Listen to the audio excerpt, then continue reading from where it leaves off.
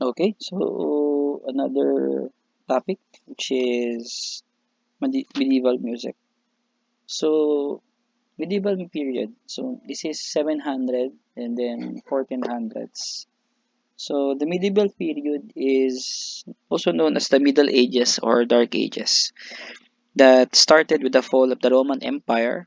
And during this time, the Christian church influenced Europe's cultural and political affairs. Monophonic plain chant was named after Pope Gregory I. Yun. So ito po yung the music sheet, notated Gregorian chant written in neumes. Neumes yung parang mga parang mga maliliit na box. So dito yung modern equivalent niya, ayan nandiyan lahat. So for yan. Saint Gall, may Messine, Brenton, Aquitanian, Paleo, Frankish, Beretivian. Pero all in all, ano naman to eh. Ang pinakamalapit dito yung NUMS ginagamit natin until today. Yung pinakamalapit. Okay? So, let's go. Characteristics of the Gregorian chant.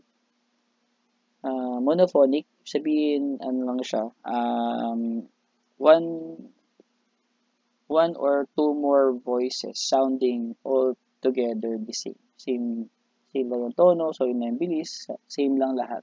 Kahit pa isa or marami, isa lang din yung tunog niya. Free meter, ibig sabihin melismatic. What I mean is one syllable could be composed of different notes. Notes can be on one syllable. So parang pag kumanta kayo ng Gloria, yung Gloria maraming nota na nakapaloob, isang syllable lang. Modal, sabihin ng modal, hindi ko masyadong ang modal, baka magkamali ako nasabi. Usually based on Latin liturgy. Okay, kasi paano to eh, pang religious. Then, usually based on Latin liturgy, use of neume notation, yung pinakita ko kanina. So, this one, troubadour music. During the latter part of the medieval period, secular music was not bound by Catholic traditions emerged. Most of these songs were performed across Europe by groups of musicians called troubadours. Ang troubadour music usually monophonic, sometimes improvised, accompaniment, parang biglaan lang kung ano lang madampot nila.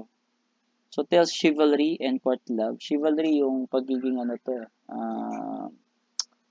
tawag ito, chivalrous yung matulungin, and courtly love. Originated in France, written in French language. Yan. A group of musicians who perform secular music which was bound by Catholic tradition. So Adam de la Halle was born in France 1237-1288, napakatagal nito. Adam de la Halle, France 1237-1288.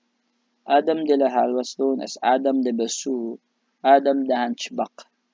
He was the son of the well-known citizen of Arras, Henry de la Halle. He received education in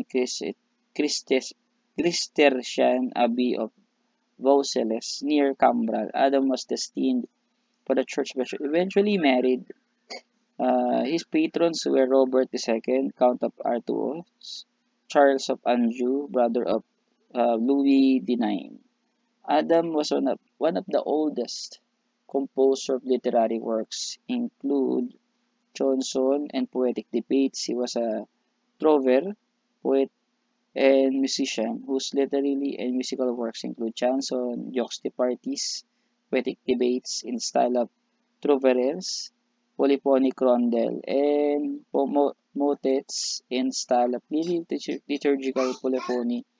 His musical play, Gio de Robin and de Marion, was considered the earliest surviving secular music play in music. His works includes Legge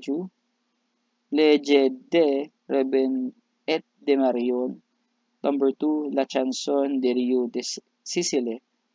If you want to listen to this Legge de Robin et Marion, you can visit YouTube para makita nyo yung, or mapakinggan nyo yung musical work ni Adam de la Halle.